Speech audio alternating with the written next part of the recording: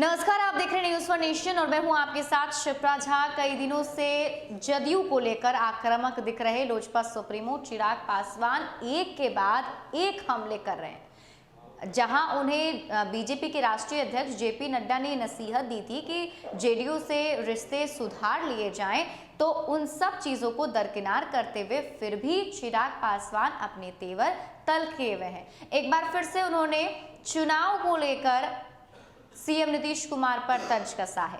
चिराग पासवान ने कहा है कि सोशल डिस्टेंसिंग को मेंटेन करते हुए जदयू की सभा हो सकती है, लेकिन हमारी सभा नहीं हो सकती।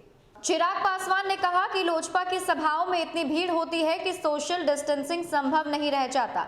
मुख्यमंत्री के पास इतनी व्यवस्था होती है कि वह इसका पालन करा सकते हैं, लिहाजा जदयू के लिए सोशल डिस्टेंसिंग के साथ सभा करना कठिन नहीं है। चिराग पासवान मीडिया कर्मियों से दिल्ली में बात कर रहे थे। चुनाव आयोग द्वारा राजनीतिक दलों के सुझाव पर गाइडलाइन जारी करने के बारे में पूछने पर उन्होंने कहा कि मेरी पार्टी ने आयोग में अपना पक्ष रख दिया है। वर्तमान परिस्थिति बिहार में चुनाव कराने लायक नहीं है। कोरोना का संकट बढ़ता जा रहा है, ऐसे में सोशल डिस्टेंसिंग से सभा करना लोजपा के लिए कठिन है।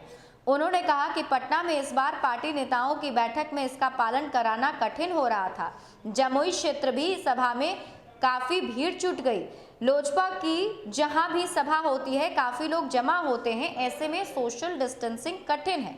इससे पहले चिराग पासवान ने यह भी कहा था कि एनडीए की 3 पार्टियां अगर एक साथ चुनाव लड़ने जा रही है तो एजेंडा भी तीनों का होगा। बिहार में अब किसी एक व्यक्ति का एजेंडा नहीं चलने वाला है। एनडीए को मिल बैठकर एक कॉमन मिनिमम प्रोग्राम बनाना होगा, वह भी चुनाव के पहले। उन्होंने कहा कि अभी यह तय नहीं हुआ तो चुनाव के बाद तो तय ही नहीं होगा।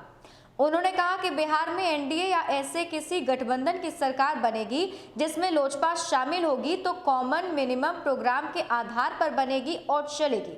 वहीं चिराग पासवान ने एक बार फिर से कोरोना संकट और बाढ़ को लेकर नीतीश सरकार को कटघरे में खड़ा कर दिया। उन्होंने सवाल उठाते हुए कहा कि नीतीश कुमार कोरोना संक्रमण और बाढ़ के मामले से निपटने में फेल रहे हैं। उन्होंने ये भी कहा कि कोरोना मामले में टेस्टिंग के बाद कुछ नहीं किया गया है। क्वारंटीन सेंटर में भयावह रिपोर्ट्स आ रही है। एक दिन भी ऐसा नहीं होता जिस दिन बिहार के अस्पतालों की खराब तस्वीरें सामने न आए। मतलब साफ है कि चिराग पासवान के निशाने पर अब भी नीतीश कुमार बने हुए हैं।